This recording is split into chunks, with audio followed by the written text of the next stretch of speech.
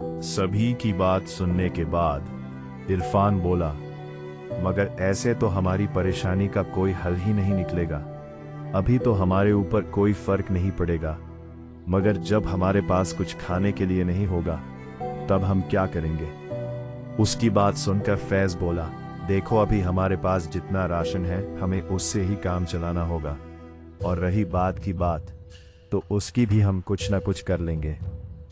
अभी उसके बारे में सोचकर कोई फायदा नहीं है।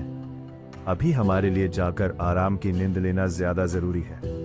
इतनी बात कहने के बाद फैज वहां से उठकर सोने के लिए चला गया। बाकी सब लोग भी कुछ देर के बाद धीरे धीरे करके सोने के लिए जाने लगे।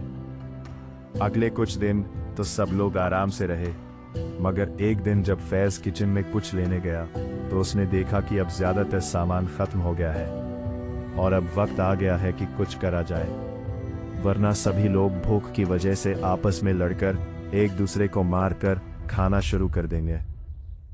फैज यही सब सोचते हुए किचन से बाहर आया ही था कि सूरज और आकाश बात करते हुए मिल गए। वे किसी बात पर झगड़ा कर रहे थे। उनको झगड़ा करते देख फैज उन दोनों के पास आया और झगड़ने की वजह पता करने लगा।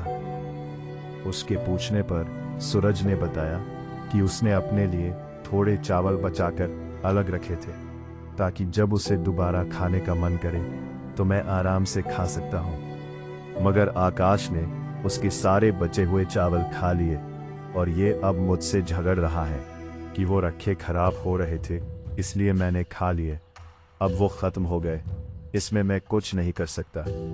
सूरज की बातें सुनकर आकाश भी आगे आया और बोला, तो मैंने सही तो करा, खराब होने से पहले ही मैं उन्हें खा गया, इसमें मैंने गलत क्या किया?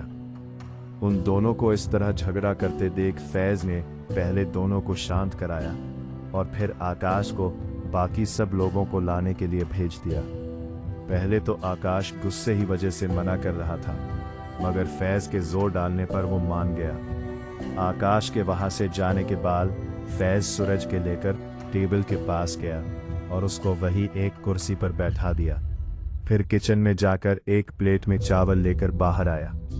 चावलों को देखकर सूरज हैरानी से बोला, ये कहाँ से आए? सारे चावल तो खत्म हो गए थे, तो ये कहाँ से आए? उसकी बात सुनकर फैज बोला, आज खाना अंजलि और आयाक ने बनाया था। जब वो चावल बना रही थी तो उसी वक्त मैंने दोनों से थोड़े चावल अपने लिए अलग करा लिए थे, ये कहकर कि मुझे थोड़े से पेपरों को चिपकाने के लिए चाहिए। ये थोड़े ज्यादा गले हुए हैं क्योंकि ये काफी देर से गर्म केतली में रखे थे और थोड़ा नमक डालने के बाद ये खाने के लिए तैयार हो गए हैं। फैज की सारी बात सुनने के बाद सूरज हैरानी से बोला, तू भी न कुछ भी कर सकता है, मगर वो दोनों तुझे चावल देने को राजी कैसे हो गई? मैंने दोनों को चॉकलेट का एक एक पैकेट दिया था। फैज ने थोड़े चावल खाते हुए कहा।